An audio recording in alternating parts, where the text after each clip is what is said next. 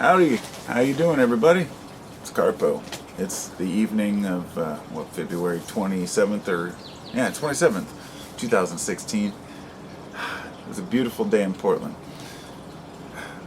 Looks like I have limited battery life as I was looking at my camera just now, so maybe I should just use that as a sign to make this video not 20 or 30 minutes long. Try to keep it to the point.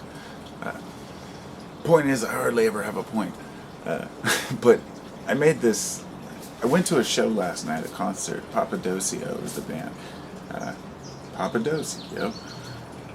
I bought this hat while I was there, and it's funny, I wanted to tell this little story about it. I went to the show, and I've been listening to these guys for about 6-7 months, and I bought the tickets right when I heard they were coming, and my wife, fell in love with them too, and we both were really excited to go. It was a very small venue.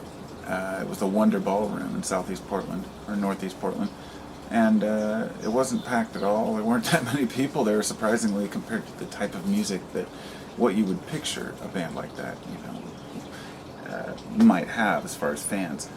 But I've been into several different jam bands over the years. These guys aren't really a jam band. They're very structured and organized, but they're phenomenal. I just love the type of music. Mostly the album, one of their recent albums was Tetios, T-E-T-I-O-S, which is to end the illusion of separation. And the message they're trying to convey is that we are all one, and that's something that I've always, promoted. It's something important to me. So, I went to the concert, had a great time. The merchandise booth that was there had the typical hippie type, not hippie type, that's bad description. When I was younger, I went to Dead shows, and it was all about the hippie shirts and hoodies and stuff and tie-dyes. Now it's more about, different styles that have changed, and one of those is hats. Hats are important to people. People put their pins on their hats, just like I do too. I follow the trend. It's just it's like not a status thing, but a way of showing other people I'm into this too. So no matter what clothes you're wearing, you can peacock a little bit. And when I saw this hat sitting there, I said, that's totally way too ornate for me. I wouldn't wear that. And my wife was like, she's like, you should. It's a cool hat. So I thought about it for the whole show, and it was $50, okay? And there was an LP I wanted. They only have one record, and I believe they pressed it themselves. Anyway, they're not going through a big record company. And anyway, the album that they have out is called it's in here, Extras in a Movie. It says it in the hat. This album, I guess they raised on Kickstarter over 414 fans pledged like 32 grand, and they were able to make their album and everything and go on tour. Small, humble band making phenomenal music, and I was so impressed with that. I realized all their merchandise is their own and that they're receiving the profits, and I was like, it's not going through somebody else or some other channel where they're making the profit. And so I went and I bought the hat and the LP, because the record was a double vinyl, 180 gram vinyl, and it was limited. I don't know how many they made, but I wanted to get it because I like records. I collect records and love good records, and it's the only one they have. So anyway, I'm sitting here telling you all about my experience wasting the time instead of talking about my point, which was that experiences are what we live for. But it was just such an awesome night, because I realized that people who go to see music these days, the younger generation that used to be what you might call the alternative crowd or hippie crowd, now they're into it for more. It's not just the music. We're there to hear the music. They're there for each other too, and to there's free earplugs and water and stuff. It's not always about trying to sell you stuff. They had a booth there, a volunteer booth. And then they had this thing for kids, and where they helped out kids. And they actually had a raffle, and all the money went to help kids at this garden or something. So I was like, cool. So I bought 15 tickets for like $10, and ended up winning one of 2 CDs that were signed by the band. I was like, that's cool. It was the same CD I just bought the LP of, but I was like, that's cool.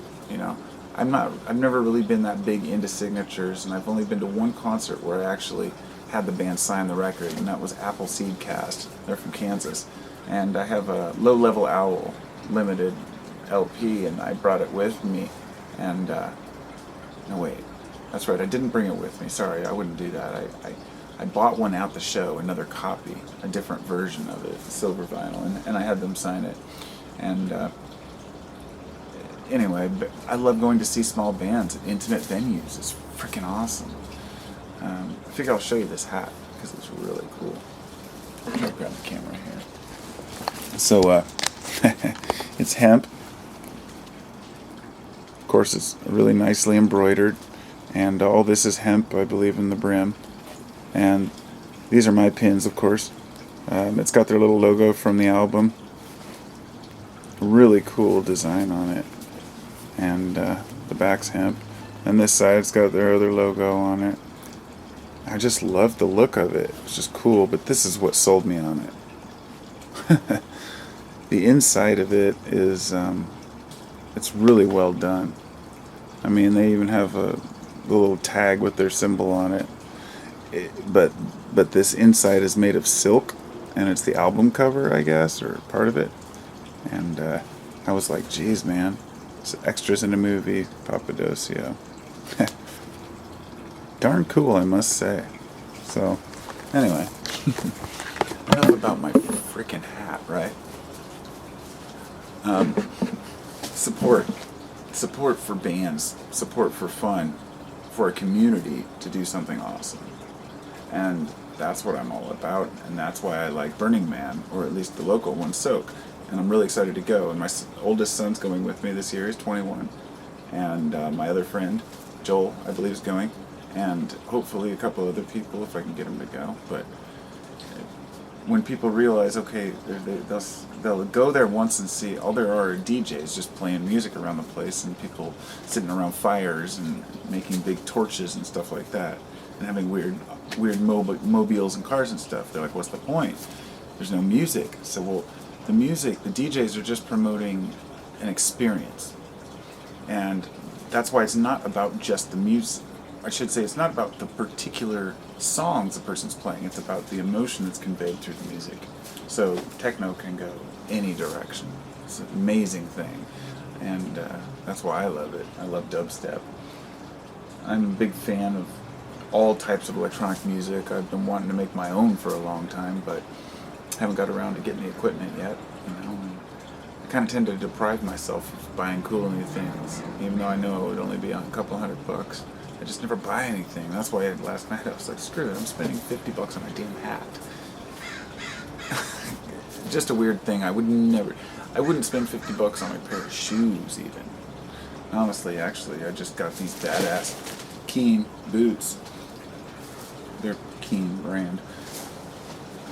Good local company. At Goodwill, brand new for $15. Now that's a deal. And even then I was reluctant. But it's like when you go to a concert, the experience is different, and you want to contribute. You want to help out the cause. That's why I like going to Soak. I volunteer. You get a free ticket if you volunteer for like 12 hours, but I don't do it for the ticket. I did it because the ticket's a bonus, but I could buy the ticket and just use my time for something else while I'm there. But volunteering allows you to help out, become part of a group. And I think that's the most important thing, that kids want to be in a community these days. The whole thing like Dance Safe, you know, if you know what that is, it's like, you know, people trying to help others by promoting, here, have some water, are you doing all right, you know, cool down and relax here, have little tents where people can chill, medical personnel if they need it, just to make sure people are safe while they're out partying and raving and stuff. But one disturbing story was, I've mentioned that the Molly test kits for testing for MDMA, they have these test kits out from the bunk police. You can get them for like $20 online, $25. It's up to like 50 or more tests. And all you do is you take a little piece in there, just, you know, a tiny amount, put it in a little tube, and you put a drop of the liquid on it. If it turns purple, then it's probably MDMA or MDA or in the class. And if it turns yellow, it's MDPV. And I'll tell you, things that look almost identical to MDMA, they are not, and it just blows me away. I've had some interesting experiences with people. I read this article about the bunk police going to festivals and trying to get the promoters to let them go there to help people test their drugs, because they say over 50% of the stuff they test isn't MDMA. It's MDPV or one of these. Methylone is what it is. They're usually cathinones.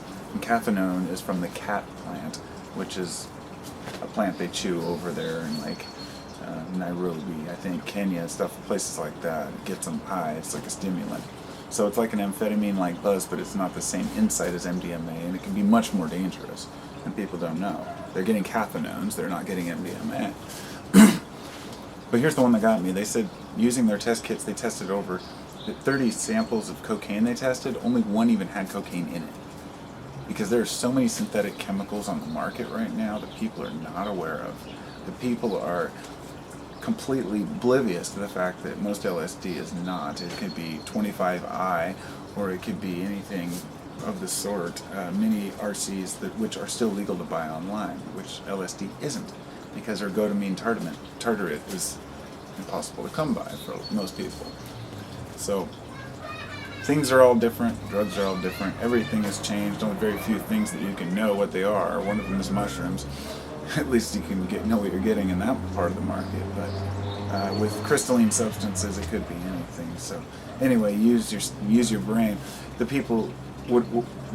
guys who do the bunk police, they were only able to finally get one festival to let them do it, and that was the Fish concert out in the Gorge here, where I live in my state, Gorge Amphitheater. I guess the last show a couple of years ago, they allowed them to come in and set up a booth, and they basically just test your product for free. They want people to be safe. And apparently in Honduras, they set up one of their tents, and somebody tried to burn it down with them inside it. And this was because people who were selling, these people, they did a little study and found that, a person can come in with some of these chemicals and walk out with $100,000 in a weekend and never sell anything that's really legitimate. They've tested stuff for people that turned out to be bunk, and they'd say, "Oh my God!" One guy said, "We spent $4,000 on bunk Molly." What, you think they're going to eat the cost? They're going to justify selling it. And the worst people are the people who are selling bunk shit. The people who are out there promoting garbage. So, yeah, I'm being summoned, so I gotta go. But